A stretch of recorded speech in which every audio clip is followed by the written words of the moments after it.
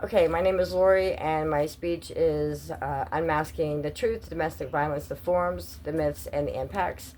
And my audience members are right here. Oh, okay. All right, I'm good. Okay. Imagine living in constant fear of the person you love the most, walking on eggshells to avoid a look, a word, or a touch that could ignite violence. For millions of people, that's not imagination, that's their reality. Domestic violence is one of the most widespread yet most misunderstood problems in our society today. I know this not only from research, but from experience. As a 12-year survivor of domestic abuse, I've seen firsthand how silence and stigma continue to allow the cycle to continue. Today I want to shed some light on what domestic violence really is, the myths that distort our understanding of it, and the impacts that it makes on victims, families, and communities. Let's begin by breaking down what domestic violence is and explore its main types. Domestic violence isn't just limited to physical. It includes emotional, psychological, sexual, and financial abuse. Each one uses to gain power and control over their partner. Physical abuse involves intentional bodily harm and can include pushing, hitting, shoving, kicking, spitting, even restraining. And these are often accompanied by intimidation and threats. Emotional and psychological abuse includes manipulation, which is often disguised as love and concern. Humiliation, gaslighting, coercion, and isolation. These tactics leave invisible scars that destroy self-worth and self-esteem. Sexual and financial abuse, though it's less discussed, are equally damaging.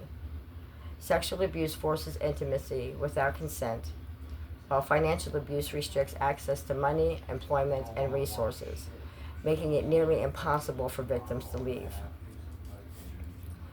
These forms often overlap, creating an ongoing cycle of control and dependency that traps the victim in fear and confusion. Now that we understand what domestic violence looks like, let's address some of the myths that continue to surround it.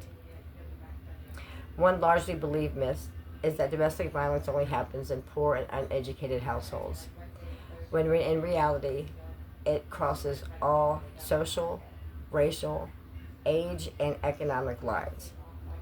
Abuse can happen to anyone: a neighbor, a coworker, a family member, even a friend that you think has the perfect marriage.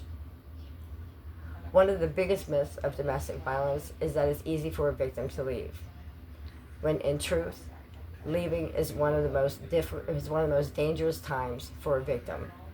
Fear of retaliation, financial dependence, and emotional trauma make leaving an incredibly complex.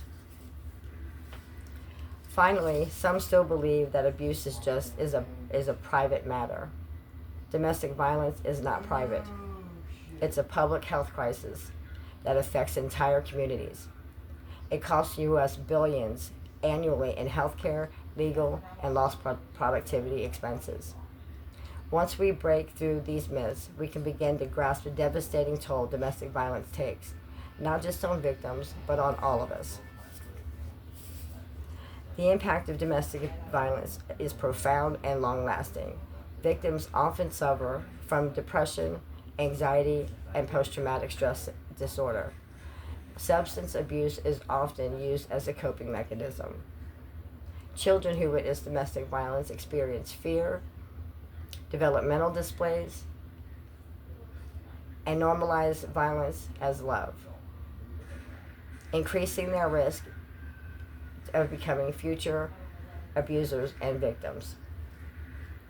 Financially, as I mentioned before, the CDC estimates domestic violence costs the United States economy over $5.8 billion each year, which includes medical costs, mental health services, and lost wages. Beyond the statistics, there's a deeper cost: the loss of safety, trust, and dignity that every human deserves. So what can we do? It starts with awareness and compassion. Domestic violence thrives in silence and misunderstanding. By learning the truth of its forms, rejecting harmful myths, and recognizing the devastating effects, we take the first steps toward change. As a survivor, I can tell you awareness does save lives.